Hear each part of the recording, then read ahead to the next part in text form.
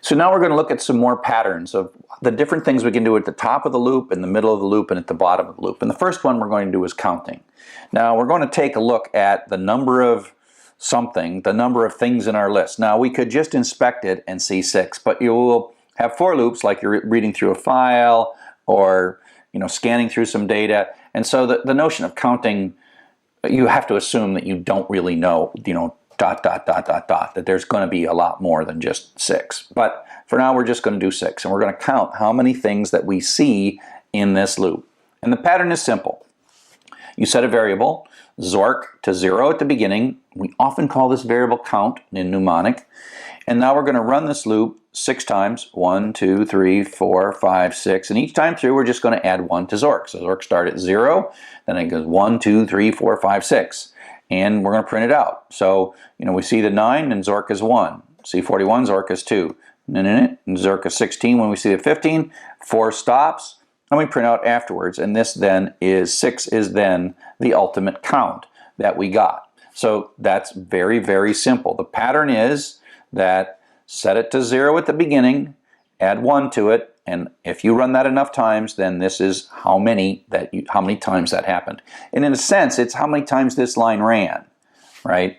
Sometimes you put this in an if statement, etc., etc., etc. Okay? Oops. Now, we can do the same thing to get a total.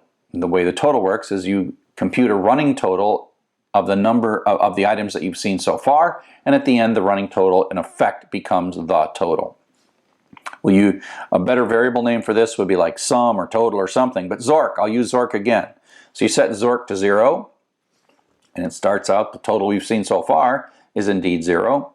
And then we're going to run this 1, 2, 3, 4, 5, 6 times, and thing is going to be the iteration variable. It's going to take on the successive values. And each time through, we're just going to take our running total and add to it the thing we've seen. So we see 9, and the running total is 9. We see 41, and the running total becomes 50. We see 12, the running total becomes 62. We get a 3, it becomes 65. We get 74, running total is 139.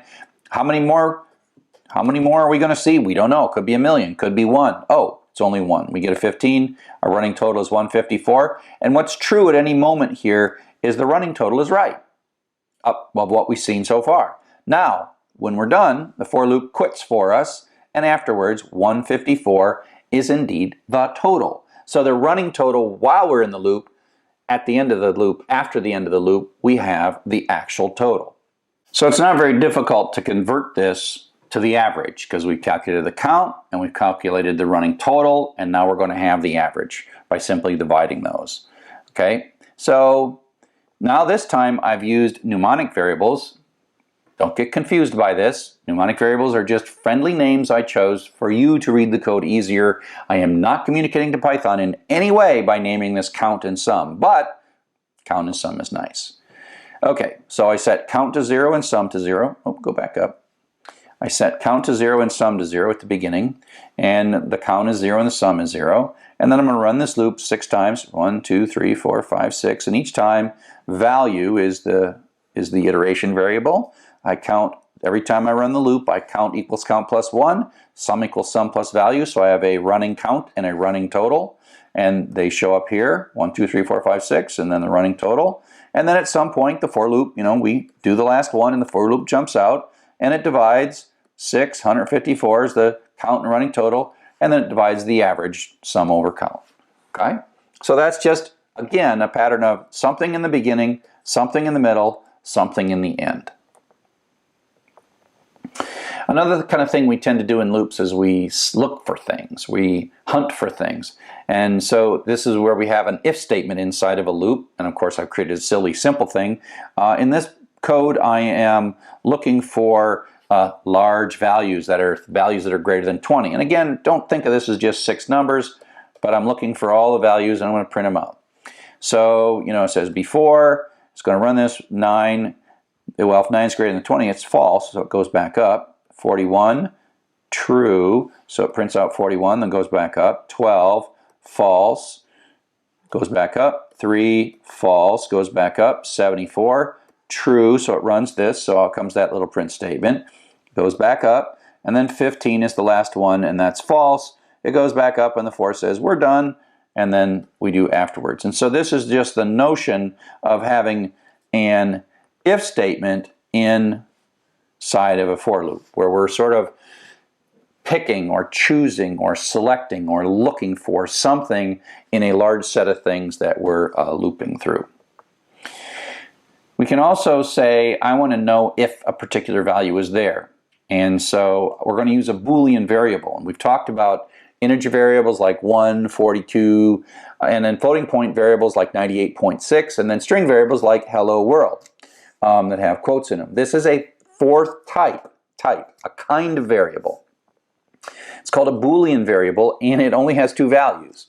It has true and false. Matter of fact, these if statements, they return Boolean values. Value equal 3, that is returning a true or a false based on the value of value. There's a mnemonic confusion there, right? But I'm using it. So I'm going to make a variable called found, and that's a decent name for a variable, so don't get hung up on that. And I'm going to initially say found is going to indicate to me whether or not I found a 3 in my list. And I'm going to start before the loop starts, say false, because we haven't found anything yet. So found equals false. And so at the beginning of the loop, found is false. Before the loop starts, found is false. And now we're going to run this loop a bunch of times. 9, is that true? No, skip. 41, is that true? Skip. 12, skip. Right? So 9, 41, 12. And found has remained false because we haven't done anything to it. But now in comes a 3. And this becomes true. So it runs this code. So found becomes true. And then we print it. And you'll notice that when we see a 3, we get true. And then it runs again. We get 74. It's still false. 15. It's still false. Run, run, run, quit. And the residual afterwards is true. And in fact, if you didn't know any of this and you don't print that out, all you know is that afterwards we loop through all those things and we know that there was a 3 in there. That's what we're doing. So we searched all of them, we checked for 3s when we found a 3, and you can see basically that, you know, the found remains false until it flips to true, but then there's nothing to set it back to false. There's nothing in this loop that's going to set it back to false. So once it sort of catches the 3, then it remains true for the rest of the loop, and then it just finds its way out.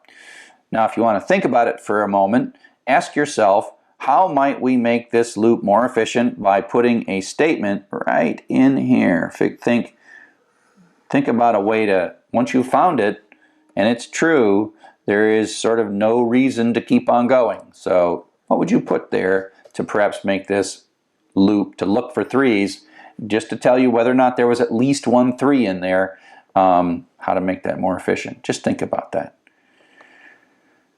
Okay, so now let's look back at the largest value that we started out with, right?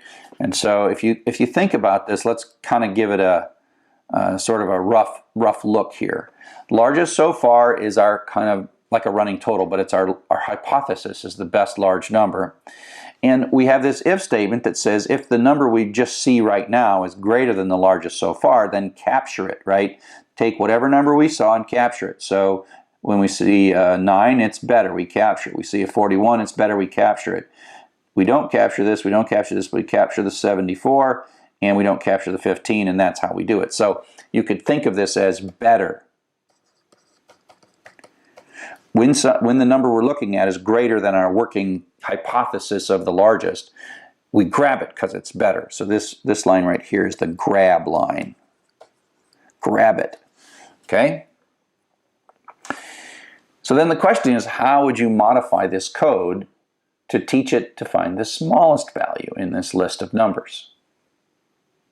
Think of it as you have a starting number, you have a sort of what's better in this grabbing notion. How could you do that? Take a look.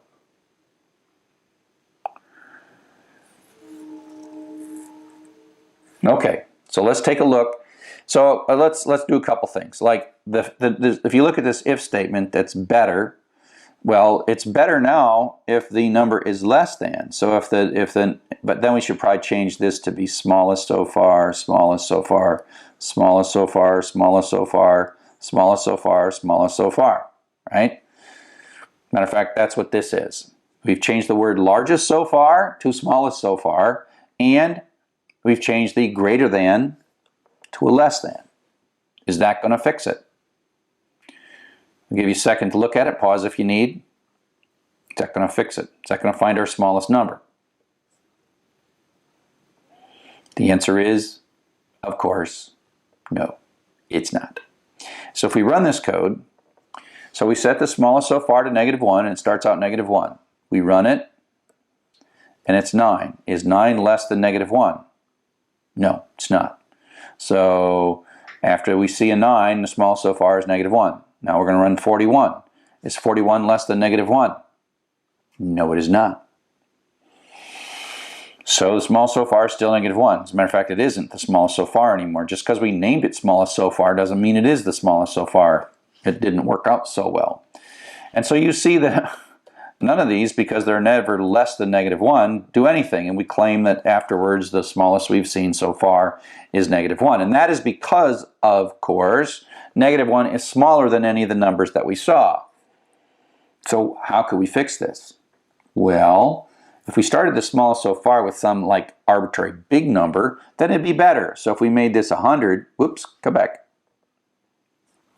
If we made this be like 100, that'd be good, because the first time through, the 9 would be less than 100, so we would capture the 9, and then the rest of the loop would work just fine. But then what if we didn't know that how big these numbers were? As a matter of fact, the largest so far wouldn't have worked if all the numbers were negative. Think about that. We just assumed they were positive, and so we kind of wrote lazy code that assumed all numbers were positive. That might not be a good assumption depending on the numbers that you're dealing with, right? So maybe 100 is a good number to start with, or maybe like 1,000 or 10,000, or like some number with lots of zeros in it. How big should we make this?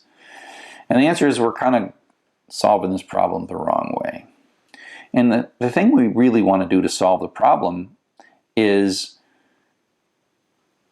to just accept the fact that if we're looking for the smallest number so far, that the right hypothesis is the first number.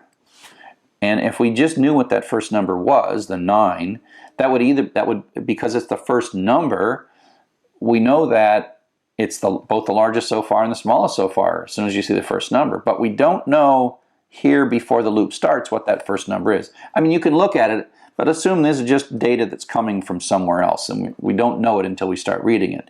So we have to construct a loop that deals with the fact that we want to capture the first value as our hypothesis for smallest so far. So how do we do that? Let's take a look. So what we do is we use yet another type. So we have integer, floating point, string, Boolean, and now we have a thing called the none type. None type is a special marker in that it only has one value. Boolean has true and false. You know, floating point has an infinite number of values, and integer has an infinite number of values, but none type has one value, none. None is a constant. Capital none is a constant. The difference is we can check to see if we have stored none. None is often used to indicate emptiness, not non-existence, because smallest doesn't exist until we assign it, but we're going to assign it to like a mark, a flag, a marker, some way to say, oh, this is not even a number, it's nothing. And so we're going to, and you can do this. So that's like makes a variable called smallest, and in it puts none. It sticks it right in. It's not a string none, it's like a special type. Okay? So that actually captures the notion that before the loop starts, the smallest number that we've seen so far is none. We haven't seen any numbers. Okay? So then we come in and we have an if statement.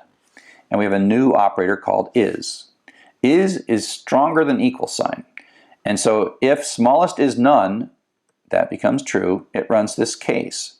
And so then what it does is it copies this first value, which is 9, into smallest. And so we see a 9, and the smallest so far is 9, which is the first value. And again, we're assuming we don't know what the first value is before the loop starts, so we use the first iteration through the loop as the moment where we capture that. Okay? So, smallest is the value, and then we print it, and we go back up, and now it runs again with 41. 41 is not none. None is, there's only one thing that's none. So it is not equal to none. Smallest is not equal to none, or is not none. So this is false, so it skips over here. Then it asks the question, is the value we're looking at, 41, less than smallest? Well, smallest is 9 in this case, and this is 41, so that's false, so it skips that and goes on. So we see 41, we don't take it, and then you can see that this will never become true again. This is pretty much false for the rest of the iterations of the loop. That's false for the rest of the iterations for the loop. So it just is going to run down here and ask this question. And at some point we see a 3, and we run this code, we capture it. We see 74, we don't capture it. We see 15, we don't capture it. So then the for loop skips out. At the end, we have the smallest. And actually, this would be a good technique for the largest as well, because it really is just a technique to put a marker in this variable so that we snag that first number or first whatever as we read and parse through them. So the is and is not operators are very useful in Python. You can think of them as like the double equal sign. They're asking a question, and they return a true or, blank is blank, returns a true or a false. It is stronger. Double equal says, are these things equal in type and value? So just as an example, if I were to say, is 0 equal to 0.0, it would say, yeah, that's true. But then if I says 0 is 0.0, that would be false. So that's because these two are the same value-wise, and these two are not the same type-wise. So is stronger than equals, meaning that it demands equality in both the type of the variable and the value of the variable, and no conversion is done. And so that's just a very strong. Don't overuse is. If you're dealing with numbers or even strings, use double equals, don't use is, because sometimes it gets a little confusing. So use is sparingly. I tend to only use is on Booleans and on none types. I don't use is on integers, and I don't use is on floats, and I don't use is on strings. Just none or true false. And also, is not is also an operator. So you just say blah, blah, blah is not none, or blah, blah, blah is not false. Okay, so we've been looping around and doing loops and loops of loops. We looked at the indefinite loops, the while loops that kind of run for a while. The definite loop, and we looked at break and continue as a way to either escape completely from the loop or go back up and discard the current iteration of the loop. We looked at none. We looked at Boolean variables. We have for loops, definite loops, where you've got some kind of a set or a list or some kind of sequence that you're looping through. And then the concept of loop idioms, where you do something at the top, something to each item, and then you sort of get a benefit at the bottom. And so that gets us through iterations.